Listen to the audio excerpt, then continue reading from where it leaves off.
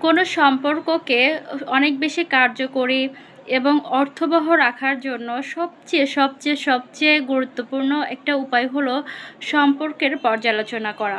কোনো একটা গাছের চারা যখন আমরা রোপণ করি, তারপরে কিন্তু এটা ছেড়ে দেই না যে এটা আপনা আপনি হয়ে যাবে। আমরা কিন্তু প্রতিনিয়ত সেই গাছটার যত্ন নেই, প্রতিদিন সেটাতে পানি ঢালি। তারপর এই গাছের চারা হয়ে যাওয়ার পরেও কিন্তু আমরা নিড়ানি দেই, নিয়মিত ওই যে আগাছা পরিষ্কার করে দেই। একটা গাছ যখন ফল ফুল দেয় তখনও কিন্তু আমরা নিয়মিত ওই গাছের তলায় যদি পাতা পড়ে থাকে, কোনো ময়লা আবর্জনা হয়ে থাকে, সেটাও কিন্তু আমরা নিয়মিত ঝাড়ু দিয়ে পরিষ্কার করি। তাহলে এই যে একটা বৃক্ষের পিছনে আমরা এত বেশি এফোর্ট দেই, সেক্ষেত্রে আমাদের সম্পর্ক তো আরও বেশি গুরুত্বপূর্ণ। তো আমাদের সম্পর্কগুলোকেও এভাবেই নিয়মিত পরিচর্যা করা প্রয়োজন।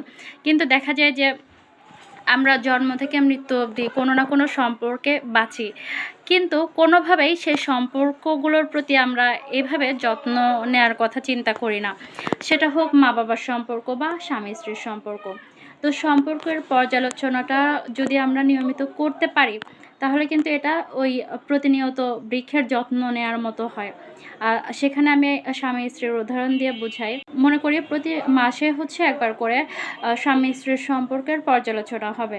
তো এক্ষেত্রে শুরুতেই স্ত্রী বা স্বামী একে অপরের প্রতি কৃতজ্ঞতা প্রকাশ করতে পারে, বা বিগত ১ মাস তারা যে ভালো ভালো মুহূর্তগুলো কাটিয়েছে, একজনের প্রতি আরেকজনের আচরণের যে দিকগুলো ভালো লেগেছে, সে দিকগুলোর প্রশংসা করতে পারে।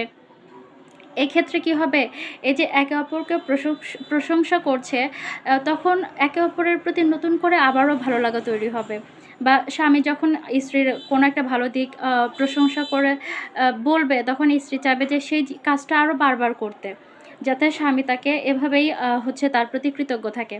একইভাবে স্ত্রী যখন তার স্বামীর নানা দিক, ভালো দিকগুলো বর্ণনা করবে, তখন স্বামীও কিন্তু ভাববে যে আমি তো এটা প্রশংসা শোনার জন্য করিই নাই।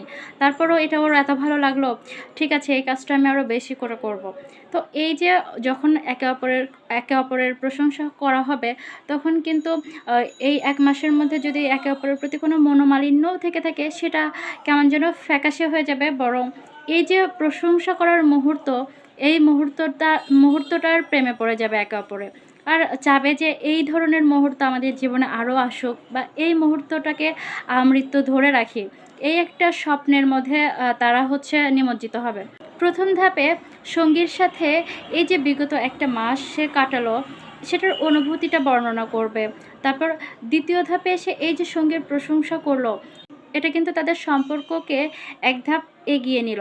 আর ৩য় ধাপে এসে সঙ্গীর যদি কোনো একটা আচরণে সে কষ্ট পেয়ে থাকে, তাহলে সেটা সে প্রকাশ করবে। কিন্তু অভিযোগের সুরে নয়, যে তুমি এটা কেন করলা? তোমার এটা ভালো লাগে নাই। এভাবে না বলে বরং এভাবে বলতে পারে যে, তুমি ঐদিন কাজ করেছিলে, সেটাতে আমি একটু কষ্ট পেয়েছিলাম। তো এই যে সঙ্গী কিন্তু অভিযোগ করছে না। সে বলছে যে সে কষ্ট পেয়েছিল। তখন অপরজনের মনে একটা দয়া মায়ার সৃষ্টি হবে। এই যে ২য় ধাপে একে অপরের প্রশংসার কারণে যে মানসিক একটা উন্নয়ন ঘটলো, যে তারা চাচ্ছে সবসময় এরকম সুন্দর সম্পর্ক থাকুক। তো তখন একে অপরের প্রতি ভালোবাসাটা আবারও জাগবে। আর তারপরে যখন সঙ্গী বলবে যে আ অপরজনের আচরণে সে কষ্ট পেয়েছিল, তখন কিন্তু সঙ্গীর চিন্তাভাবনা এরকম হবে। সাপোজ স্ত্রী বলল যে তার হচ্ছে স্বামীর কোনো একটা আচরণে সে কষ্ট পেয়েছে। তখন স্বামী কিন্তু চাবে যে এই কষ্টটা ২য় বার তাকে আর দিব না। কারণ ওই যে ১ম ধাপে যে ভালোবাসা বা ভালো লাগার অনুভূতি তৈরি হয়েছে, সেটা ফোকাস করতে চাবে, এবং ওই সময়ে স্ত্রীর প্রতি যে মনটা একটু নরম হয়েছে, তো সেখান থেকে এই যে স্ত্রী কষ্ট পেয়েছে, এই জিনিসটা সে সহানুভূতি অনুভব করবে। আর যদি অভিযোগের সুরে বলা হতো, তখন কিন্তু হাসব্যান্ড অনেক বেশি রাগান্বিত হয়ে যেত। অথবা হাসব্যান্ড যদি অভিযোগ করতো যে, "তুমি এটা কেন করেছো? এটা ঠিক করোনি।" তখন কিন্তু স্ত্রী আরও বেশি কষ্ট পেত। মানে আমরা আসলে কেউই নিজেদের নামে কোনো অভিযোগ শুনতে পছন্দ করি না। তো একইভাবে আমাদের অন্যের প্রতি অভিযোগ করা থেকেও বিরত থাকা প্রয়োজন। তারপরে শেষ ধাপে এসে একে অপরের প্রতি সুন্দর আগামী গড়ার প্রত্যাশা ব্যক্ত করা উচিত। যেমন স্ত্রী যদি এভাবে বলে যে আ ভালো লাগার মুহূর্তগুলোই গুরুত্বপূর্ণ, এবং যতটুকু তার খারাপ লেগেছিল এই জিনিসগুলো ভবিষ্যতে একে অপরের প্রচেষ্টা থাকবে যে এটা সংশোধন করে নিব এবং আমাদের মধ্যে এর চেয়েও ভালো ভালো মুহূর্ত আরও আসুক বা তুমি এটা বুঝবে এই প্রত্যাশা রাখছি। তো তখন কিন্তু হাজব্যান্ডের মন মানে আরও ইতিবাচকভাবে নাড়া দিবে যে ঠিক আছে, ওই খারাপ কাজগুলো আর করব না। একইভাবে হাজব্যান্ডও যখন ওয়াইফকে এভাবে বুঝিয়ে বলবে, তখন কিন্তু ওয়াইফও ভাববে যে ঠিক আছে, ওই খারাপ কাজগুলো যেন আর তার দ্বারা পুনরাবৃত্তি না হয় সেদিকে সচেতন থাকবে। এই যে দুইজনের একটা সুন্দর বোঝাপড়া ১ মাসের পর্যালোচনার মাধ্যমে হলো। এভাবে পরবর্তী মাসে গিয়ে আবারও পর্যালোচনা করা, এই মাসে যে খারাপ দিকগুলো একে অপরের প্রতি ছিল, সেই অভিযোগগুলো যেন আর না থাকে বা নতুন করে কোনো অভিযোগ যেন তৈরি না হয়। তো এই যে প্রতি মাসে এই চর্চাটা করলে কিন্তু নিজেদেরও এই যে একটা সুন্দর মুহূর্ত তৈরি হবে এবং একে অপরকে ওই যে জানান দিবে যে আমরা একটা সম্পর্কের মধ্যে আছি। যেভাবে আমরা বৃক্ষের যত্ন নিচ্ছিলাম, সেভাবেই কিন্তু একটা সম্পর্কের যত্ন হচ্ছে। আমাদের সম্পর্কের উপস্থিতিটা আমরা বুঝতে পারছি। এভাবে কিন্তু আমাদের সম্পর্ক অনেক বেশি মসৃণ রাখা যায়। যদিও এই বিষয়গুলো অনেক বেশি মনে হয় যে কাল্পনিক বা আবেগী, কিন্তু এটা যদি একবার এপ্লাই করা যায়, দেখবেন যে পরবর্তী মাসেও তাদের হচ্ছে এটা আবারও মাসিক পর্যালোচনাটা করতে ইচ্ছা হবে। মানে এটা এতটাই ইফেক্টিভ একটা কাজ। আর আমরা কিন্তু ব্যক্তিগতভাবে প্রত্যেকটা মানুষ, পুরুষ হোক, নারী হোক, সবাই কিন্তু আবেগী। আমরা সবাই চাই যে আমাদের আবেগগুলোর যত্ন নিক অপরজন। তো এই জায়গা থেকে মানে এই পদ্ধতিগুলো আবেগী মনে হলেও বা খামখেয়ালি মনে হলেও এটা কিন্তু সম্পর্কের জন্য অনেক বেশি গুরুত্বপূর্ণ। আর এটা যে শুধুমাত্র স্বামী-স্ত্রীর সাথেই পর্যালোচনা করতে হবে এমন না। যেকোনো বন্ধুত্বপূর্ণ সম্পর্কেও এই পর্যালোচনাটা হতে পারে। যেমন একজন বান্ধবী তার আরেক বান্ধবীকে বলতে পারে যে, "বান্ধবী, গত ১ মাসে আমাদের এই বন্ধুত্বটা কেমন ছিল?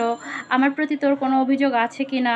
এই যে ধাপগুলো বললাম ওই সম্পর্কের ক্ষেত্রে স্বামী-স্ত্রীর, একইভাবে এই ধাপেও এসে যদি সেটা এপ্লাই করা যায় বন্ধুত্বের ক্ষেত্রে, ওই বন্ধুত্ব নিশ্চিত ১০০ গুণ মানে উন্নতি লাভ করবে। একইভাবে কোনো সন্তান তার বাবা-মার সাথে এই পর্যালোচনা করতে পারে যে, "মা, গত ১ মাসে আমার কোন আচরণ তোমার খারাপ লাগলো?" বা মা বলতে পারে যে, "গত ১ মাসে আমার কোন সময় আমার কোনো রাগের কথা থেকে তুমি কষ্ট পেয়েছো?" এই যে প্রতিটা সম্পর্কে যখন আমরা এই পর্যালোচনাগুলো এড করতে পারবো, তখন কিন্তু আমাদের ওই সম্পর্কগুলো অনেক বেশি গুরুত্বপূর্ণ হয়ে যাবে। বা আমরা যখন পরবর্তী মাসে আবারও নিজেকে গড়ার চেষ্টায় থাকবো যে আমার দ্বারা যেন ওই ভুলটা না হয়। সাপোজ আমি রাগান্বিত হয়ে কটু কথা বলে কাউকে আঘাত দিয়েছি। পরবর্তী মাসে যদি আমি চর্চা করি যে এই মাসে আমি কাউকে এ ধরনের কোনো রিঅ্যাক্ট করব না, রাগের সময় রাগকে নিয়ন্ত্রণ করব। এটা কিন্তু একইভাবে আমাদের সম্পর্কের জায়গাটাকেও মজবুত করবে, সম্পর্কের প্রতি অপরজনের অভিযোগের জায়গাটা কমাবে। একইভাবে এই ধরনের চর্চাগুলো যখন আমরা ব্যক্তি জীবনেও করব, তখন আমরা আসলে একজন ভালো মানুষ হিসেবে নিজেকে গড়ে তুলতে পারবো। এই একই দিকটাই আমি হচ্ছে কর্মক্ষেত্রেও এপ্লাই করে আ মানুষের পছন্দনীয় হতে পারবো। সাপোজ কেউ যদি রাগের মাথায় হরহামেশা তার স্ত্রীকে আঘাত দিয়ে কথা বলে, তো তার স্ত্রী যদি তার ভুলটা ধরিয়ে দেয় এবং সে যদি সেটা সংশোধনে মনোযোগী হয়, নিজের ভুলটা মেনে নিয়ে, তাহলে কিন্তু দেখা যাবে কি সে কর্মক্ষেত্রেও তার ওই যে অহেতুক রাগগুলোকে নিয়ন্ত্রণ করতে পারছে। তো কর্মক্ষেত্রে সবার পছন্দনীয় হতে পারছে। তো এই চর্চাগুলো আমার মনে হয় আমাদের সবার মধ্যে আনা প্রয়োজন। আর সবচেয়ে গুরুত্বপূর্ণ হচ্ছে যে আমরা জন্মের পর থেকে মৃত্যু অবধি কোনো না কোনো সম্পর্কে বাঁচি। কিন্তু কখনোই আমরা সম্পর্কগুলোকে নিয়ে এতটা এভাবে ভাবি না বা এতটা সূক্ষ্মভাবে এখানে যে যত্ন নেওয়ার জায়গা আছে, এগুলো আসলে আমরা ভাবি না। কিন্তু যদি আমরা ভাবতাম, তাহলে কিন্তু অনেক কিছুই পরিবর্তন হতে পারত। অনেক কিছুই অনেক বেশি সুন্দর হতে পারত।